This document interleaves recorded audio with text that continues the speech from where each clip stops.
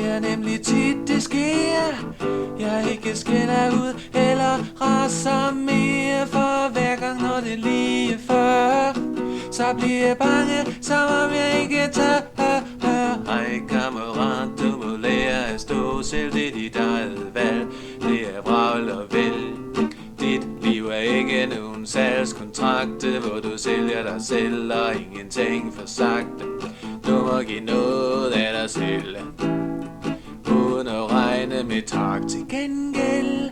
Hvad er det dog, jeg tror der vil ske? At jeg får en på snotten måske? Eller er det bare fordi jeg er bange for, hvad du vil sige? Og hvad nu hvis du pludselig går? Hvis du ikke mere ved min side står. Ikke op forladelse, det var dit eget valg.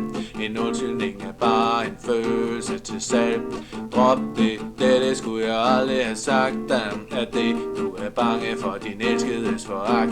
Hvorfor skal du skjule dig selv? For det får du aldrig tak til gengæld. Hør skat, her hvad jeg har at sige. Aldrig er jeg sikker på, det er mig du kan lide. Hvorfor kom du ellers først hjem?